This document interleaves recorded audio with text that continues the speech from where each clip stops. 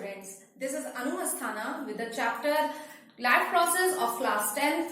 कल हम लोगों ने इस चैप्टर को स्टार्ट किया था और हमने आपको बताया था कि लाइफ प्रोसेसेस कौन कौन से होते हैं और क्या होते हैं। क्लियर? आज हम उसी टॉपिक को कंटिन्यू करते हैं और हम लोग जो पढ़ेंगे कि न्यूट्रिशन क्या होता है, जो कि एक लाइफ प्रोसेस का पार्ट है, साथ ही साथ मोड ऑफ न्यूट्रिशन क्या होते हैं और न्यूट्रिशन प्लांट्स में किस तरीके से होता है। आज हम इन टॉपिक्स को कवर करेंगे। क्लियर? तो अब हम लोग क्या करते हैं, शुरुआत करते हैं अपने टॉपिक की, और जो है हमारा न्यूट्रिशन। जो पहला टॉपिक है वो क्या है, न्यूट्रिशन। जैसा कि आपको पता है, आप सभी लोगों को पता है कि जो न्यूट्रिशन होता है एक प्रोसेस है ना। मैंने आपको कल भी बताया था कि न्यूट्रिशन क्या है, एक प्रोसेस है, लाइफ प्रोसेस है। और इस प्रोसेस में क्या होता है, इनटेक होता है। क्लियर? इनटेक करते हैं हम लोग किसका, इनटेक ऑफ न्यूट्रिएंट्स। हम लोग न्यूट्रिएंट्स को इनटेक करते हैं। इसको अभी मैं और क्लियर करूंगी, लेकिन हम पहले डेफिनेशन देखते हैं कि न्यूट्रिशन क्या है। It is a process. ये क्या है, एक प्रोसेस है जिसमें हम लोग क्या करते हैं, इनटेक करते हैं न्यूट्रिएंट्स का। और ये न्यूट्रिएंट्स हमको कहां से मिलते हैं, न्यूट्रिएंट्स बाय फूड। ठीक, हमको ये न्यूट्रिएंट्स फूड से मिलते हैं। साथ ही साथ हम क्या करते हैं, एंड यूटिलाइजेशन, और इस जो न्यूट्रिएंट्स हमने लिए इनका यूटिलाइजेशन भी करते हैं। क्लियर है? अब यूटिलाइजेशन हम इसको कहां पे करते हैं, तो यूटिलाइजेशन करते हैं इन वेरियस बायोलॉजिकल एक्टिविटीज। मतलब क्या हुआ, बायोलॉजिकल एक्टिविटीज क्या हो गया आपका, कि जो हम डेली में अपने वर्क कर रहे हैं, तरह तरह की एक्टिविटीज करते हैं, हम लोग दौड़ रहे हैं, बोल रहे हैं, पढ़ रहे हैं, सो रहे हैं, है ना। तो हम लोग ये जो एक्टिविटीज करते हैं, अब एक्टिविटीज इंटरनल भी हमारी बॉडी के अंदर कंटिन्यूसली होती रहती हैं। तो ये जो एक्टिविटीज होती हैं इनको ही परफॉर्म कर सकते हैं। किसके थ्रू कर सकते हैं, by the process of nutrition. तो अभी क्या हुआ, न्यूट्रिशन की डेफिनेशन क्लियर हो गई कि जो न्यूट्रिशन है वो एक ऐसा प्रोसीजर है जिसके अंदर हम लोग इनटेक करते हैं न्यूट्रिएंट्स को।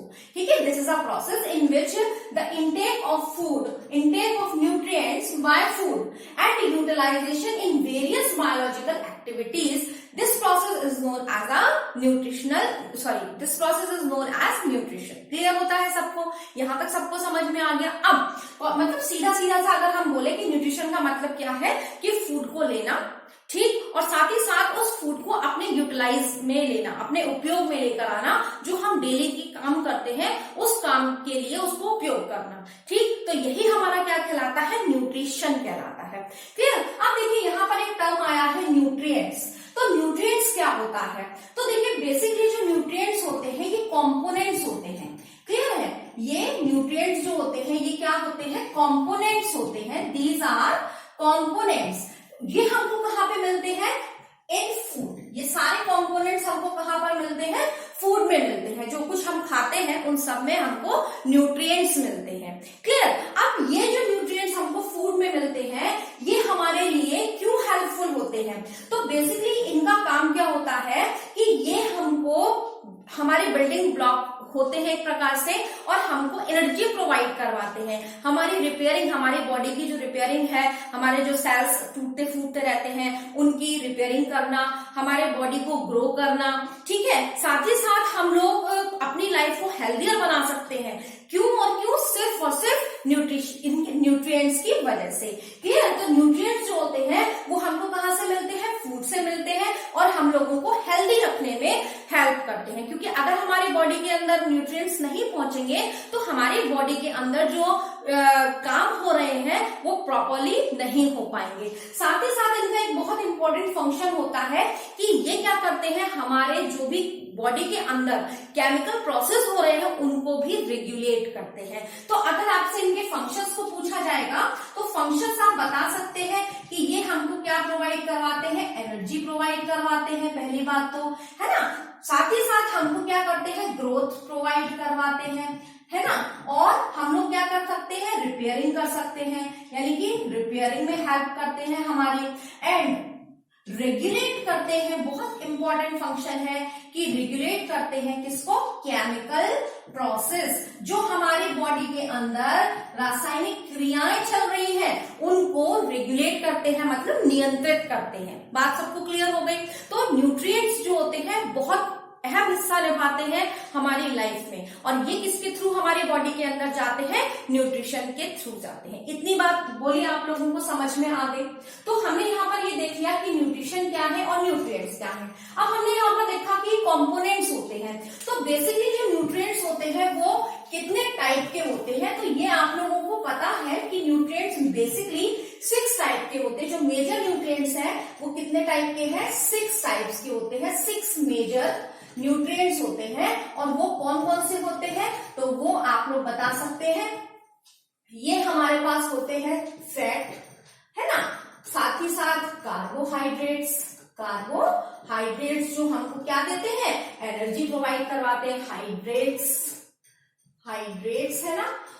प्रोटीन्स, आपने सबने नाम सुना है, बढ़ते हुए बच्चों को, जो भी ग्रोइंग बच्चे होते हैं, किड्स होते हैं, उनको प्रोटीन की बहुत ज्यादा जरूरत होती है। तो प्रोटीन हो गया, मिनरल हो गया, है ना, मिनरल्स हैं आपके। साथ ही साथ क्या हो गया आपके पास? फैट हो गया, कार्बोहाइड्रेट हो गया, प्रोटीन हो गया, मिनरल हो गया, और आपका क्या हो गया?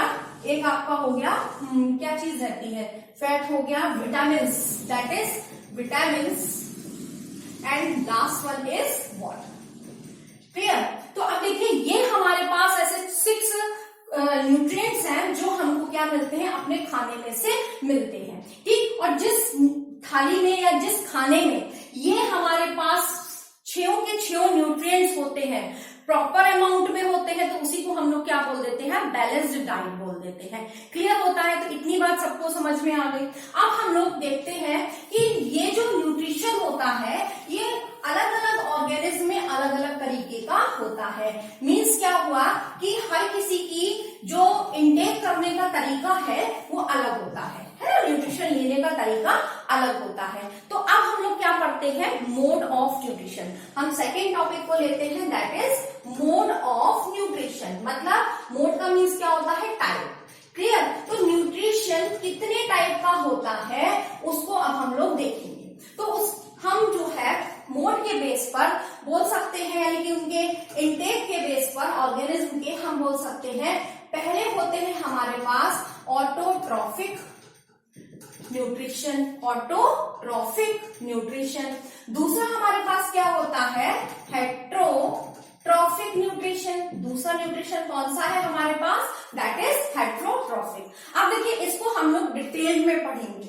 अभी यहाँ पर थोड़ा सा और हम कैटेगराइजेशन करेंगे। हमारे पास जो हेट्रोट्रॉफिक होते हैं वो फिर से 3 टाइप के होते हैं। एक कहलाता है पैरासिटिक, दूसरा कहलाता है सेप्रोफाइटिक,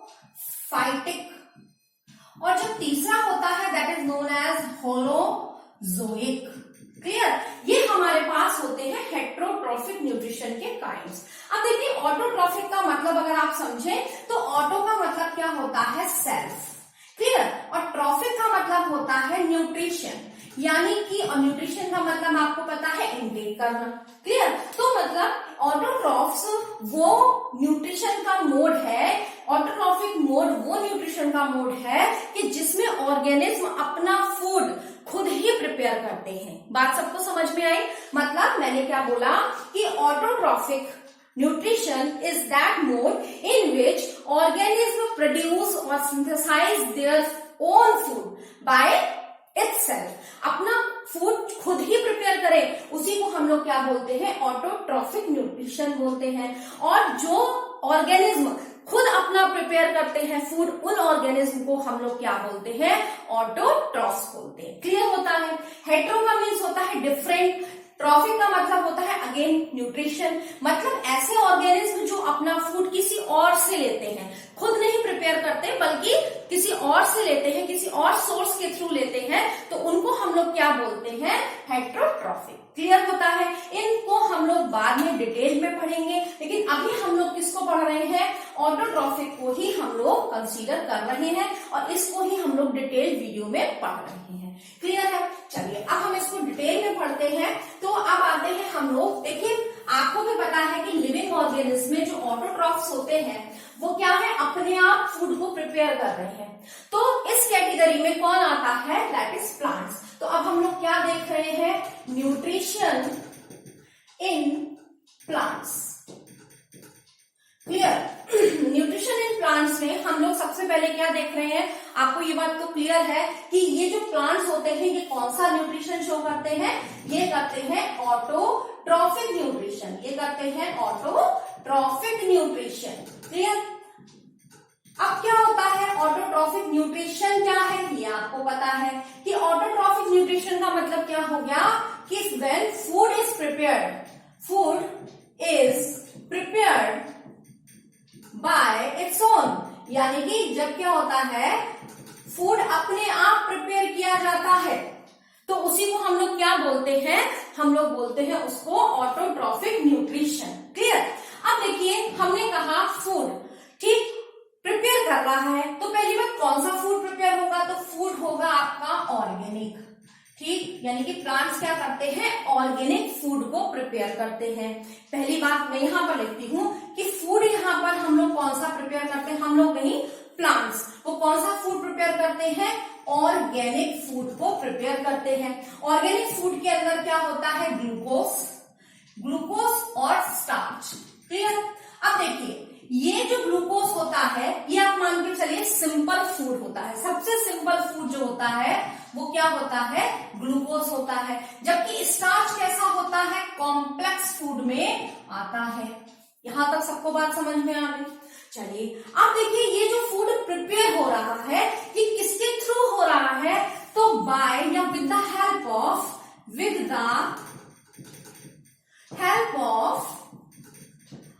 इनऑर्गेनिक सब्सटेंसेस।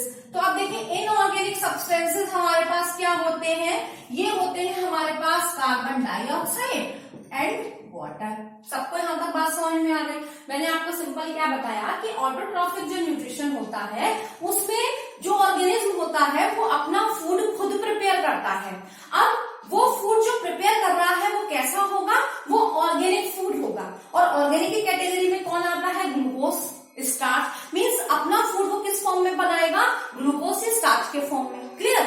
साथ ही साथ अब वो ये जो फूड प्रिपेयर कर रहा है वो किसकी हेल्प से कर रहा है, तो वो इनऑर्गेनिक सब्सटेंसेस की हेल्प से अपना फूड प्रिपेयर कर रहा है। और वो इनऑर्गेनिक सब्सटेंसेस हमने आपको क्या बताए, उनको बताया कार्बन डाइऑक्साइड और वाटर। सबको क्लियर हो गया। अब देखिए यहाँ पर आप सबको पता होगा कि ये क्योंकि अपना फूड खुद बना रहे हैं, खुद प्रोड्यूस कर रहे हैं, इसलिए इनको हम लोग यानी कि ऑर्गेनिज्म को तो हम लोग क्या बोलते हैं, ऑटोट्रॉफ्स बोलते हैं। और ऑटोट्रॉफ्स को ही हम लोग एक और नाम से जानते हैं, that is known as producer. क्यों, क्योंकि ये अपना फूड खुद ही प्रिपेयर करते हैं। Is it clear to all of you. यहां तक हमने आपको बताया। अब किस तरीके से प्रिपेयर करते हैं वो अब हम लोगों को देखना है। ठीक, तो यहां तक क्लियर हो गया। आप इसके एक आध एग्जाम्पल भी देख लेते हैं।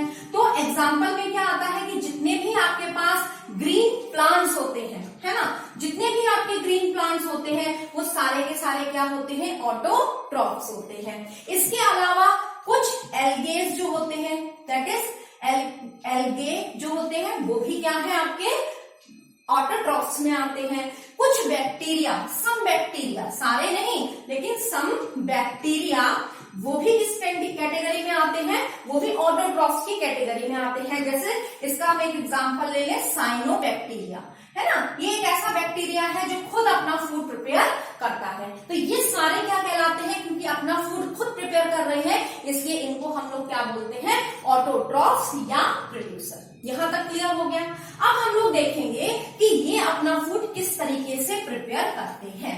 क्लियर है। अब देखिए आपको सुना होगा आपने इससे पहले वाली क्लासेस में कि जो प्लांट होता है उसके लिए जो फूड प्रिपेयर करती है वो उसकी लीव्स करती है ना। तो अगर हम बोले कि leaves are the cook for plants, मतलब प्लांट्स के लिए खाना पकाने का काम कौन करता है, लीव्स करता है। तो ये बात बिल्कुल सही है। ठीक, तो अभी यहाँ पर क्या है, देखिए किस तरीके से होता है। तो सबसे पहली चीज, जैसे हम कोई भी चीज बनाने जाते हैं तो हम लोग सबसे पहले रॉ मटेरियल को कलेक्ट करते हैं, मतलब जैसे आटा है, दाल है, चावल है, इनको हम लोग कलेक्ट करते हैं। ठीक इसी तरीके से जो प्लांट्स होते हैं वो भी क्या करते हैं, रॉ मटेरियल को कलेक्ट करते हैं। तो अब देखिए इसमें क्या है, जब भी पहली बात हम लोगों को क्या ध्यान में रखनी है कि उसको रॉ मटेरियल की जरूरत होगी। किसको, प्लांट्स अपना फूड प्रिपेयर करेंगे तो उसको चाहिए रॉ मटेरियल, तो वो रॉ मटेरियल के फॉर्म में किसको लेगा, CO2 को लेगा, जो कि अभी मैंने आपको बताया था एक इनऑर्गेनिक सब्सटेंस है। साथ ही साथ वो किसको लेगा, H2O को लेगा। इसके अलावा ये उसके दो रॉ मटेरियल हो गए, साथ ही साथ कुछ नेसेसरी कंडीशंस भी चाहिए। नेसेसरी कंडीशंस का मतलब क्या हो गया कि ऐसी कंडीशन जो जरूरी है और जिनके बिना फूड प्रिपेयर नहीं हो सकता। तो आपको दो कंडीशंस आपने शायद सुनी हो कि सनलाइट यानी कि दिन के समय जब सूरज अपनी रोशनी देता है तभी पौधे अपना जो फूड होता है वो प्रिपेयर करते हैं। साथ ही साथ इसमें एक कंडीशन और चाहिए, वो कहलाती है that is very important condition, that is chlorophyll. Clear होता है। तो यहाँ पर अब देखिए ये चार चीजें ऐसी हैं जो हम ये बोलते हैं कि इन चारों की हेल्प से कोई भी प्लांट अपना फूड प्रिपेयर कर सकता है। और जब कोई भी प्लांट अपना फूड सनलाइट की प्रेजेंस में प्रिपेयर करता है तो इस प्रोसीजर को हम एक नाम देते हैं, ये प्रोसेसर है पूरा, तो इसको हम नाम देते हैं फोटोसिंथेसिस। फोटोसिंथेसिस। तो अगर आपसे कोई पूछे बताइए भैया फोटोसिंथेसिस क्या होता है, तो फोटो का मतलब आपको पता है लाइट। फोटो हमेशा किसको इंडिकेट करता है, लाइट को इंडिकेट करता है। सिंथेसिस का मतलब होता है टू प्रिपेयर, है ना, अपना फूड प्रिपेयर करना। प्रिपेयर क्या कर रहा है यहाँ पर, फूड।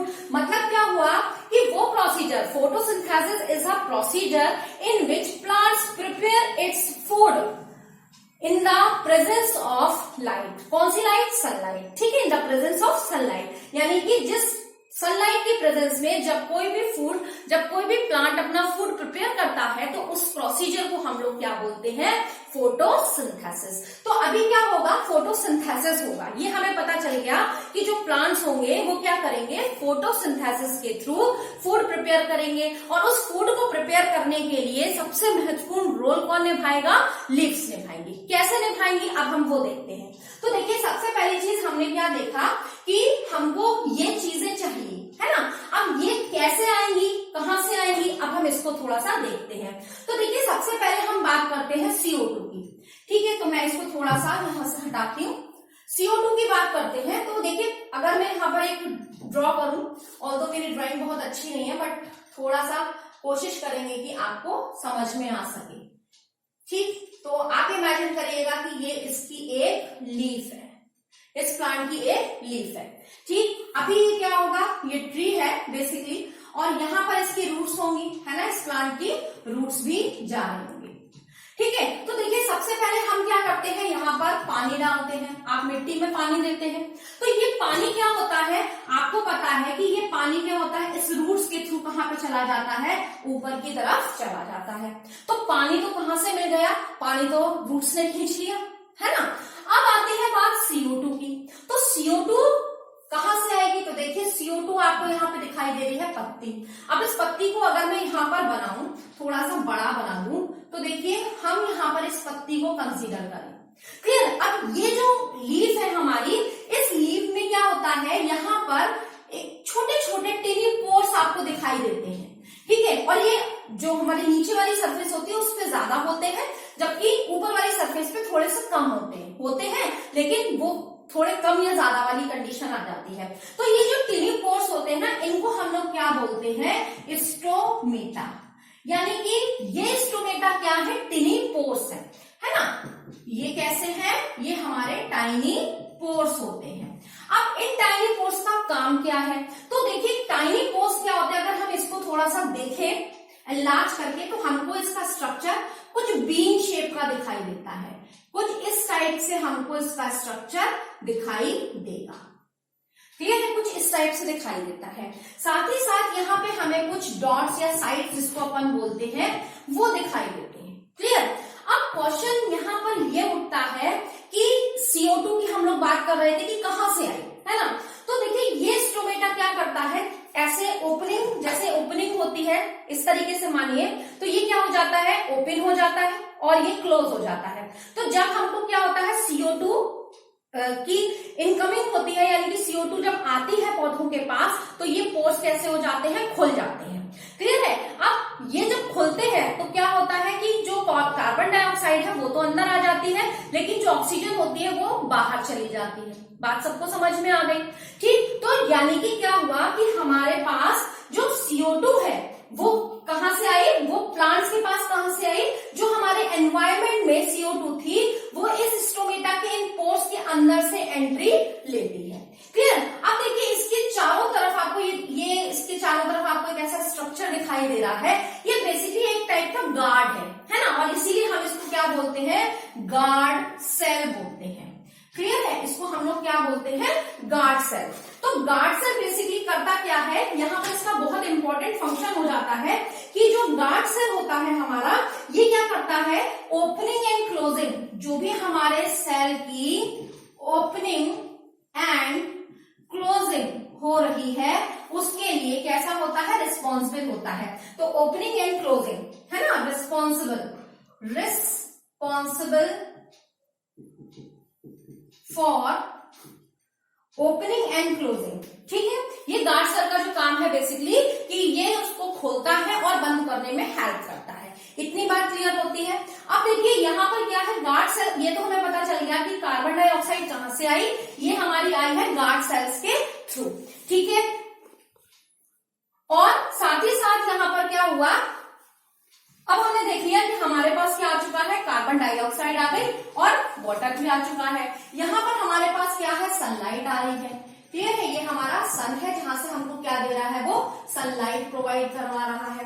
तो अब देखिए होगा क्या यहाँ पर, अच्छा एक चीज और रह गई कि यहाँ पर अभी देखिए क्लोरोफिल रह गया। तो क्लोरोफिल कहाँ पर है, ये आपको जो डॉट्स दिख रहे हैं ये क्या है, ये आपकी क्लोरोप्लास्ट साइट्स हैं। क्लोरोप्लास्ट साइट्स मतलब ये बेसिकली क्या है, ऐसी साइट्स हैं, ये क्लोरोप्लास्ट है और इनके अंदर क्या रहता है, इनके अंदर क्या होता है, क्लोरोफिल।